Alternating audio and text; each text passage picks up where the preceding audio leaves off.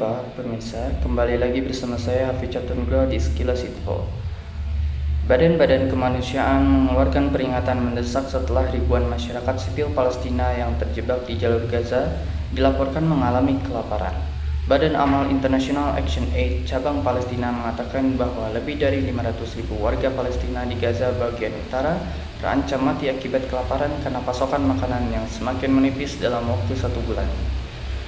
Bantuan masih masuk ke Gaza, tetapi sejumlah makanan dan air yang melewati perbatasan tidak dapat diangkut ke utara karena jalanan yang telah hancur akibat pengeboman. Kasus dehidrasi dan malnutrisi di Gaza meningkat secara signifikan dan cepat selama serangan Israel di Palestina berlangsung. Sementara itu, Kantor Koordinasi Urusan Kemanusiaan PBB menyebutkan bahwa tidak ada satupun toko roti di Gaza bagian utara yang buka akibat kekurangan bahan bakar, air, dan tepung.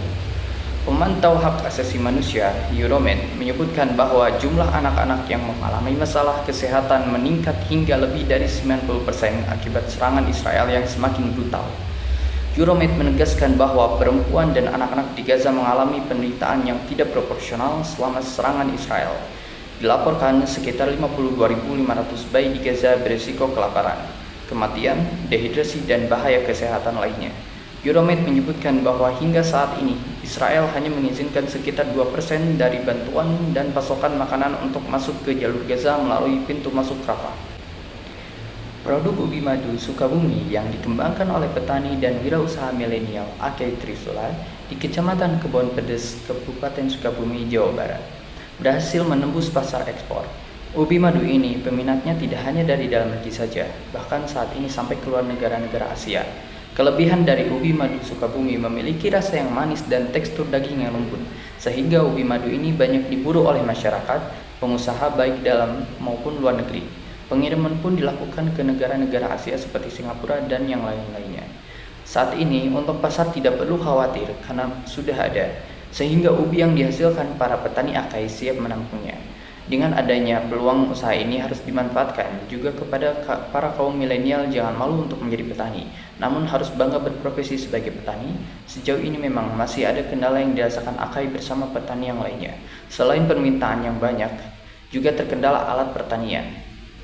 Tingginya permintaan ini tentunya menjadi peluang usaha bagi masyarakat, khususnya kaum muda, untuk mengikuti program petani milenial dengan melakukan penanaman ubi madu.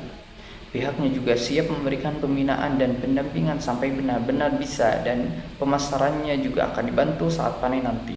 Seorang warga Malang, Jawa Timur, Miftahudin Ramli, berusia 52 tahun, nekat mengayuh sepeda ke Jakarta demi mengenang 135 korban tewas tragedi Kanjuruhan yang terjadi pada 1 Oktober 2022. Dia tidak sendirian bersepeda dari Malang menuju Jakarta. Sebuah keranda bertuliskan Justice for Kanjuruhan. Dia goes menghabiskan waktu berhari-hari dari Jatim menuju ibu kota negara Republik Indonesia. Midun mengatakan aksinya ini adalah untuk mengingatkan publik kepada tragedi Kanjuruhan yang terjadi 1 Oktober 2022 silam agar hal itu tidak terulang kembali. Untuk tidak terulang, mengulang kejadian yang ada di Kanjuruhan tidak sekedar dikenang dan juga tidak terulang. Dalam perjalanannya, Midun mengaku bakal mampir di sejumlah stadion yang menjadi markas tim sepak bola di Indonesia hingga finish di SUGBK Senayan, Jakarta Pusat. Sekian sekilas info.